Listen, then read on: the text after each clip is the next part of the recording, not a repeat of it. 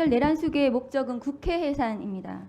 검사 윤석열의 꿈, 내가 육사 갔으면 쿠데타 했을 것이다. 드디어 시민을 향해서 총부리를 겨눴습니다. 지금 엄중한 상황이고요. 윤석열은 지금 제가 대통령이라고 불러야 될지도 모르겠는데요. 윤석열은 지금 이판사판으로 나올 것입니다. 제가 검사 윤석열을 잘 알거든요.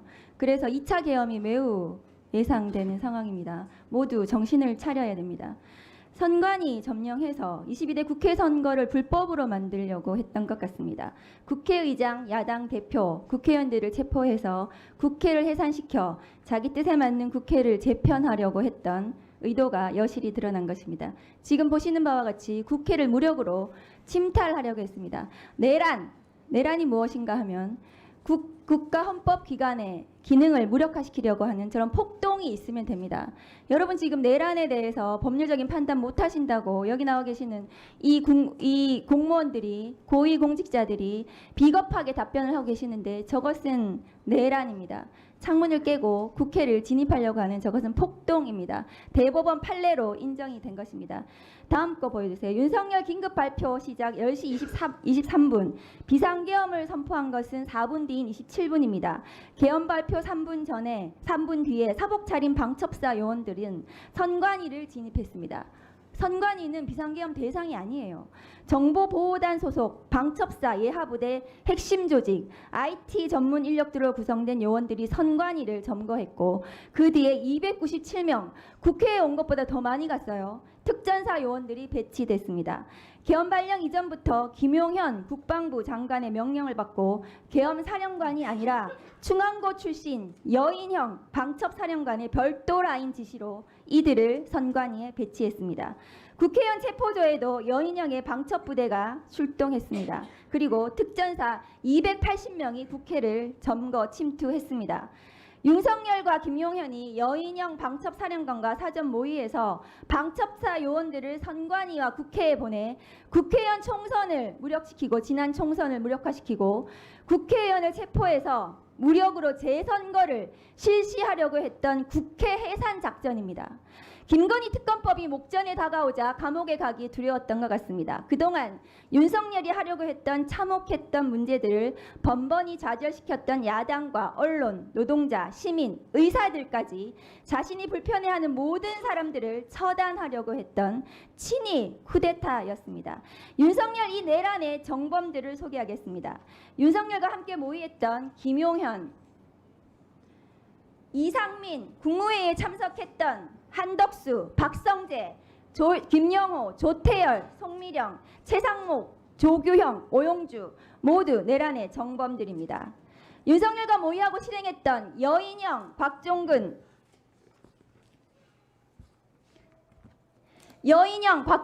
이진우 군인들은 모두 형량이 총살밖에 없는 국가반란 정범들입니다.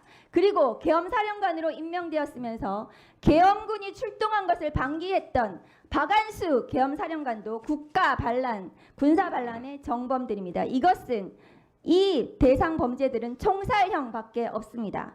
헌법기관을 통제하고 계엄해제 의결을 방해했던 조지호, 김봉식, 오부명, 주진우, 박현수 등도 내란의 정범들입니다. 많은 분들이 윤석열을 내란 수괴로 부르지만 나머지는 내란의 동조자, 부역자, 증인으로 부르시는데 이 사람들은 모두 내란과 국가 반란의 정범들입니다. 법무부 장관님, 예. 국무회의 심의에 참석하셨죠? 그 자리에 있었습니다. 그 자리에서 어떤 의견 내셨습니까?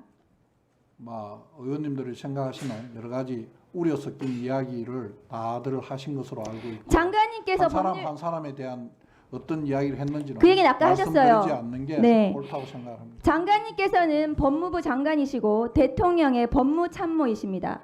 위법한 계엄에 대해서 법무참모로서 반드시 자문하시고 조언하시고 잘못된 위법한 비상계엄에 대해서 막을 책임이 있습니다.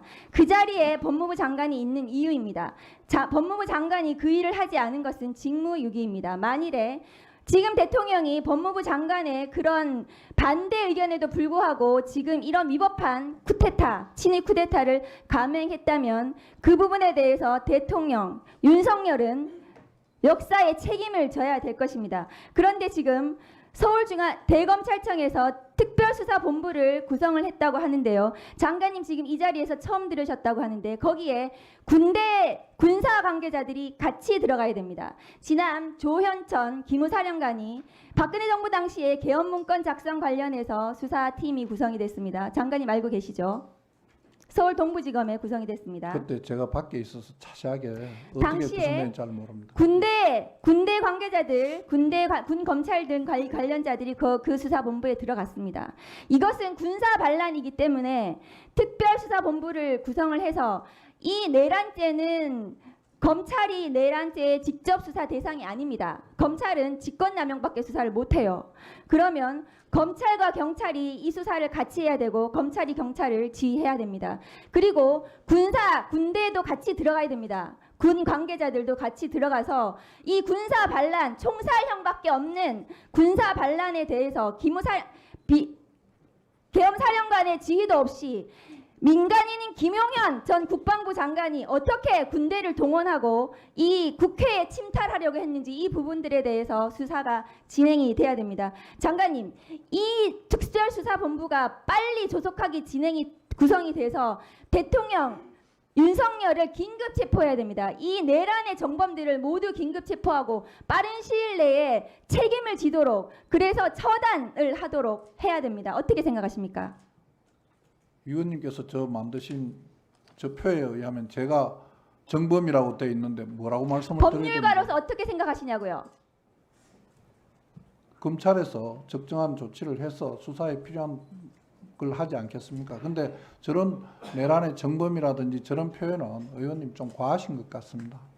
장관님, 어제 안가 회동에서 제2차 계엄에 대해서 상의를 하셨습니까? 안 하셨습니까? 한 적 없습니다. 법무부 장관님, 예.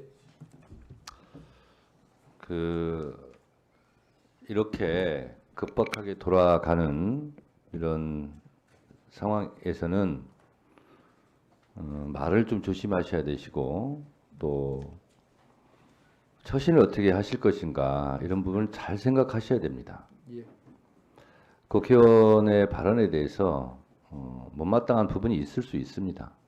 근데 지금은 그 차원을 뛰어넘는 비상한 상황입니다. 4.19 때 3.15 부정선거로 최인규 내무부 장관이 교수형에 처해졌어요. 전두환 노태우 일당의 12.12 군사 반란, 5.18 광주 민중항쟁, 결국은 전두환 노태우도 다 중형에 처하고 처벌받았습니다.